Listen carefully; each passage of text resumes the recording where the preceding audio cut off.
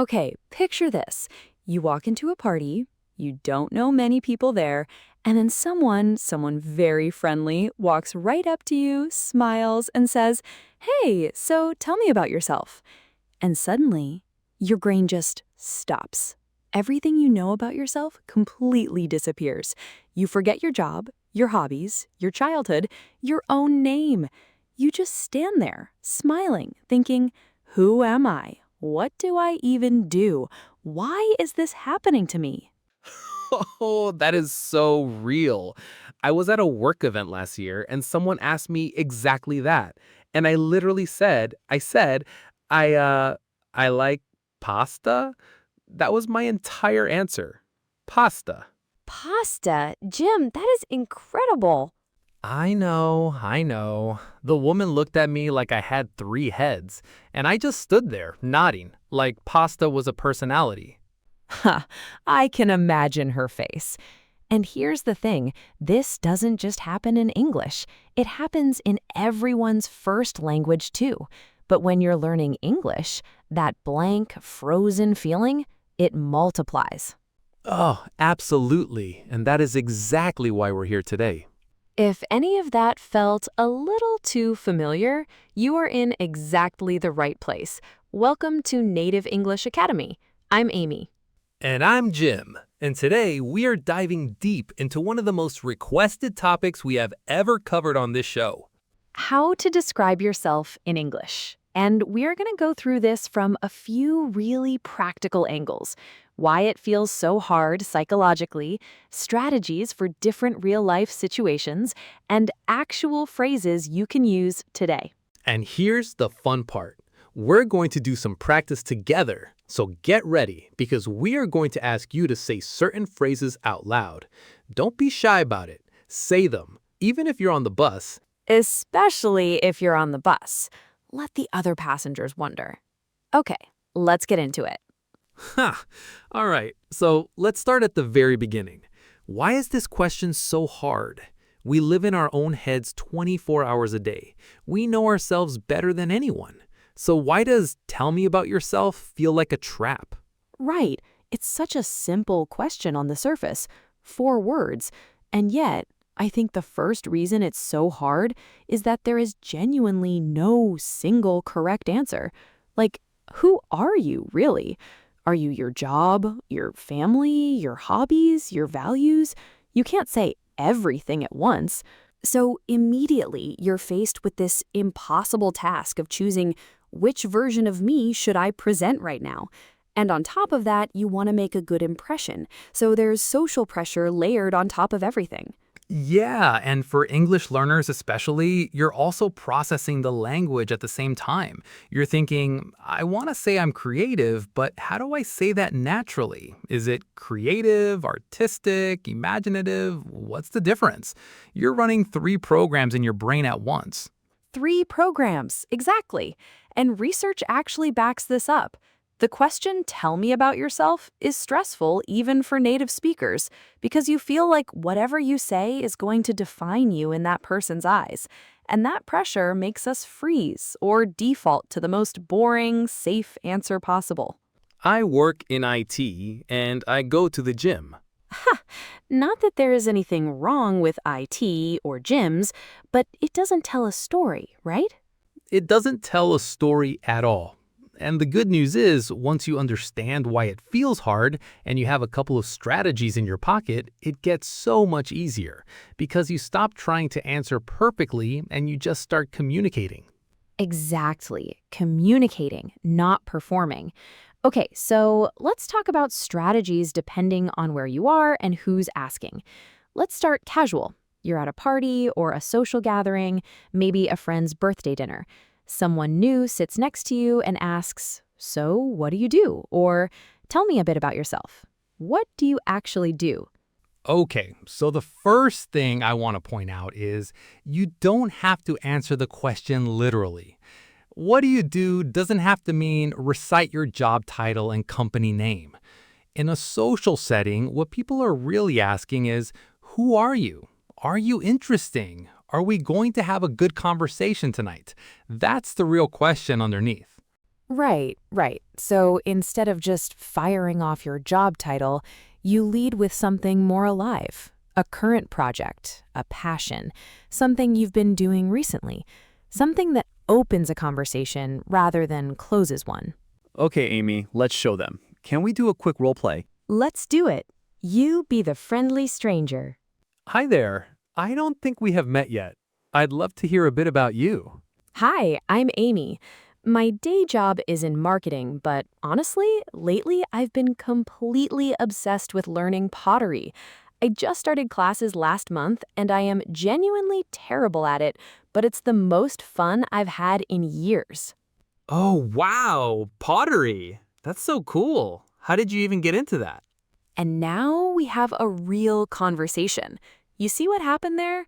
I mentioned my job, so that information is still there, but I led with something personal, something I'm passionate about, and something a little unexpected. And that last part matters.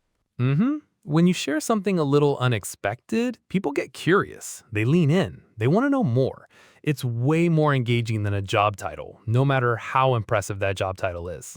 Okay, so let's give our listeners some phrases they can actually use for social situations. Here's the first one, and I want you to say this out loud right now. Pause if you need to.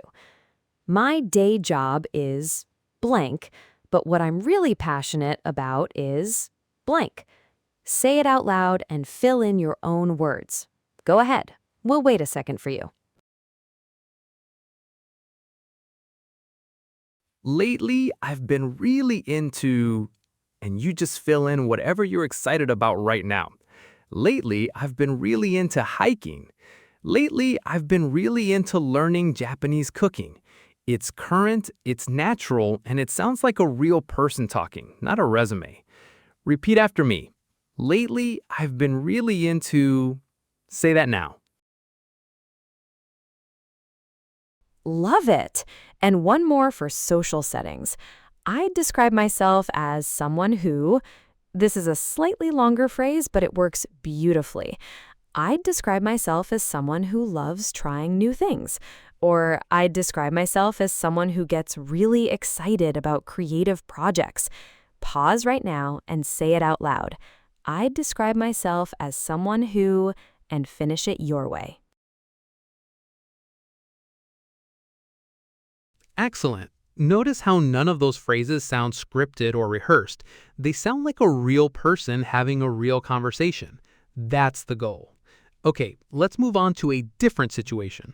Yes. So you're starting a new class. Maybe it's an English class, maybe it's a dance class or a cooking class, and the teacher asks everyone to introduce themselves to the group. What do you say? This one comes up a lot, and I think people really overthink it because you feel like you have to justify being there almost. Yes, you feel this strange pressure to apologize for your skill level in advance. Hi, I'm Amy and I am terrible at this. Sorry, please don't look at me for the next 6 weeks. The apology introduction. We've all been there. We have. So, what should you actually do? The key idea here is be honest but forward-looking. You don't need to pretend to be an expert, but instead of focusing on what you can't do yet, you shift to why you're there and what you hope to achieve.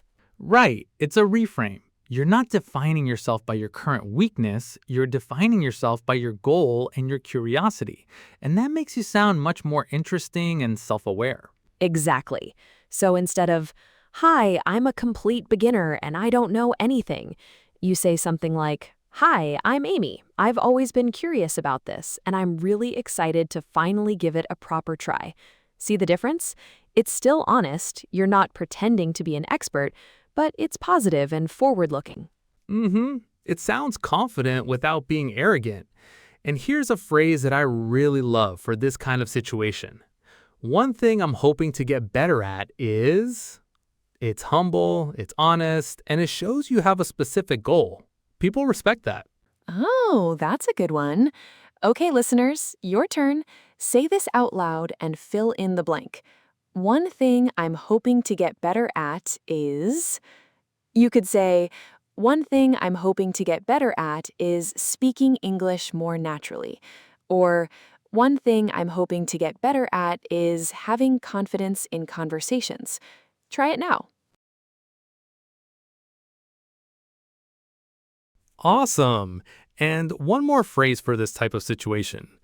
I'm fairly new to this, but I'm really enjoying it so far.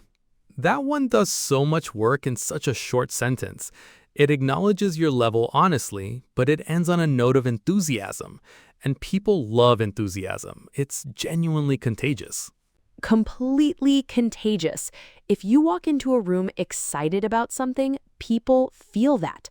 Okay, let's move on to the big one, the one that makes everyone's stomach drop. The job interview.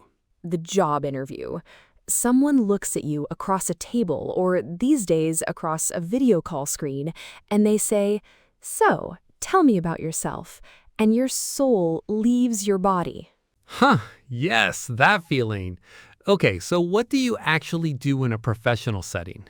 So, in a professional setting, a bit more structure is helpful. And the classic advice, which honestly still works really well, is to follow a simple pattern: past, present, future. Where have you come from? Where are you now? And where are you hoping to go? It gives your answer a clear story arc.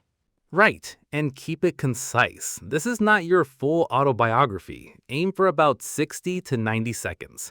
You're opening the door, not walking through every room in the house. Ah, I love that. Opening the door, not walking through every room. Okay, so let me give a quick example. Past, present, future in action.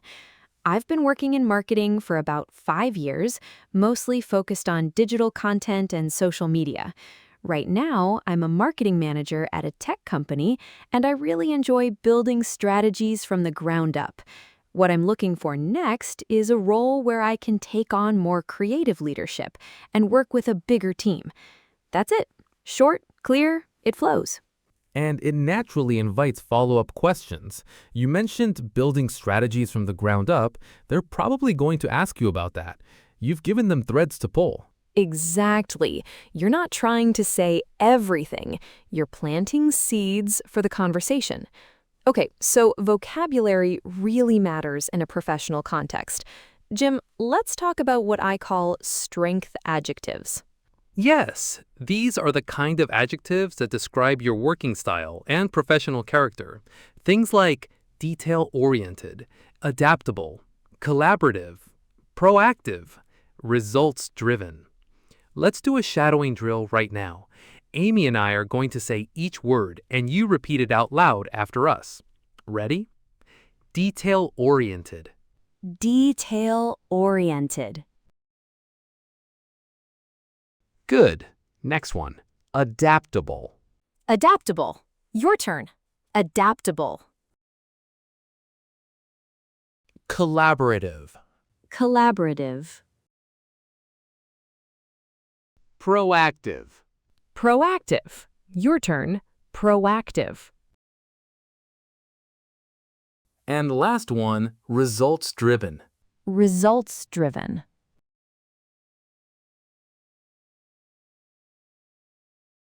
Really good. And here's another phrase that works brilliantly in professional situations, and honestly in social ones too. People usually describe me as... This one sounds a little more humble because you're reporting what others say about you, rather than just declaring it yourself. It doesn't sound like you're bragging. Oh, and speaking of which, blowing your own trumpet. That's a great idiom for our listeners. If someone says you're blowing your own trumpet, it means you're showing off or bragging too much. And that's the great thing about people usually describe me as, it avoids that feeling completely. Right, exactly. So you could say, people usually describe me as someone who stays calm under pressure, or people usually describe me as a creative problem solver. Listeners, say this one out loud. People usually describe me as, and finish it with one of your own strengths. Try it now. Love it. And here's one more professional tip that makes a huge difference. When you use one of these adjectives, don't just say the word, back it up with a quick one-sentence example. because there's a difference between saying, I'm adaptable, and saying, I'm adaptable. In my last job, we had a major project change 3 weeks before the deadline, and I helped reorganize the whole team plan. Same claim, completely different impact. Show, don't just tell. That is the golden rule of self-description in a professional context. The adjective opens the door, and the example proves it. Show, don't just tell. I love that. Okay, Jim, shall we do one more quick role play? Oh, yes, absolutely. Okay, I'll be the interviewer. So, thank you for coming in today. Tell me a little bit about yourself. Sure. So I've been working in marketing for about 5 years, mostly in digital content. Right now, I'm a marketing manager, and what I enjoy most is building campaigns from scratch, taking an idea all the way from concept to launch. I'd describe myself as someone who's detail-oriented but also adaptable. Last year, our team had a major strategy change halfway through a campaign, and I was the one who restructured the timeline and kept things on track. I'm looking for a role now where I can bring that kind of ownership to a bigger scale. That is a great answer. It's structured, it's specific, it uses strong vocabulary, and it tells a micro story. I already have 3 questions I want to ask you. That's exactly the point. A great answer makes the interviewer curious, not bored. Yes. Okay, before we wrap up, let's do one final vocabulary round for our listeners. Jim, let's run through some really useful everyday adjectives for describing yourself, not just in interviews, but in any situation. Let's do it. First one, easygoing. If you're easygoing, you're relaxed, flexible, and you don't stress over small things. I'm pretty easygoing. I tend to go with the flow. Listeners, repeat after me. Easygoing. Curious. If you're curious, you love to ask questions and understand how things work. I'm naturally curious. I love learning something new every day. Say it. Curious.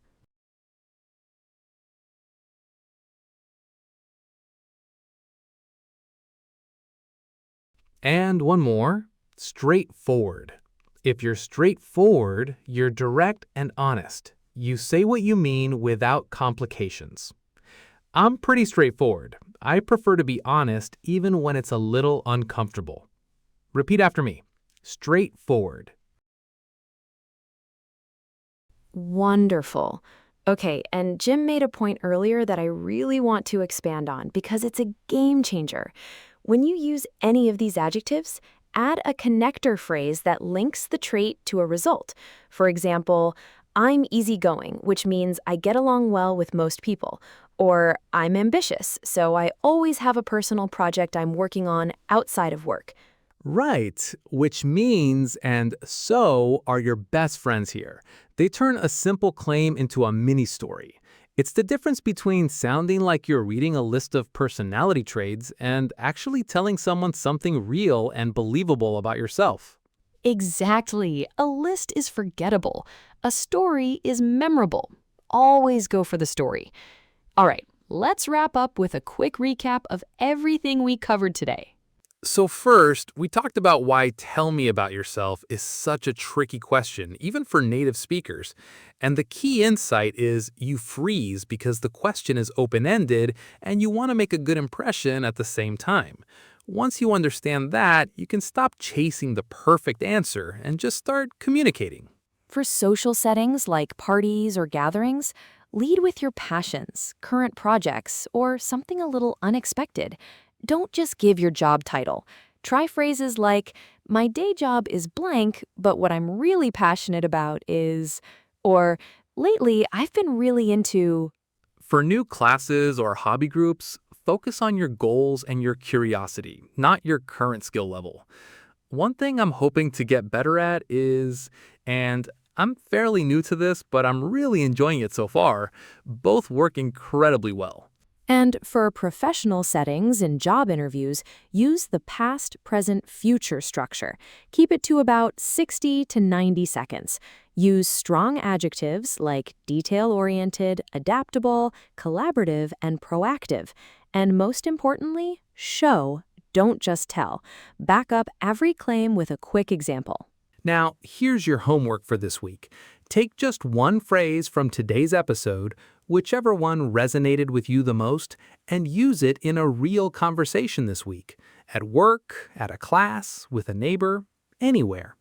And if you're feeling brave, and we hope you are, leave your introduction in the comments. Just write, "Hi, I'm blank, and I'd describe myself as someone who," and show us what you've got. We genuinely love reading those, and we reply to them. Okay, that is it for today's episode of Native English Academy. Thank you so much for spending this time with us. It means the world that you're here, learning and practicing every day. And if this episode helped you, please share it with a friend or a classmate who's learning English. The more, the merrier, right? Absolutely. And our next episode is going to be a really fun one.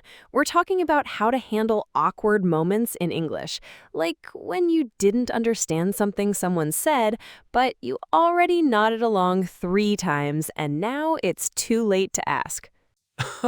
Oh, that one is going to be so relatable. I've nodded my way through entire conversations. Haven't we all? Okay, until next time, keep speaking, keep practicing, and remember, every great English conversation starts with just one brave sentence. You've got this. Bye. Bye, everyone. See you next time.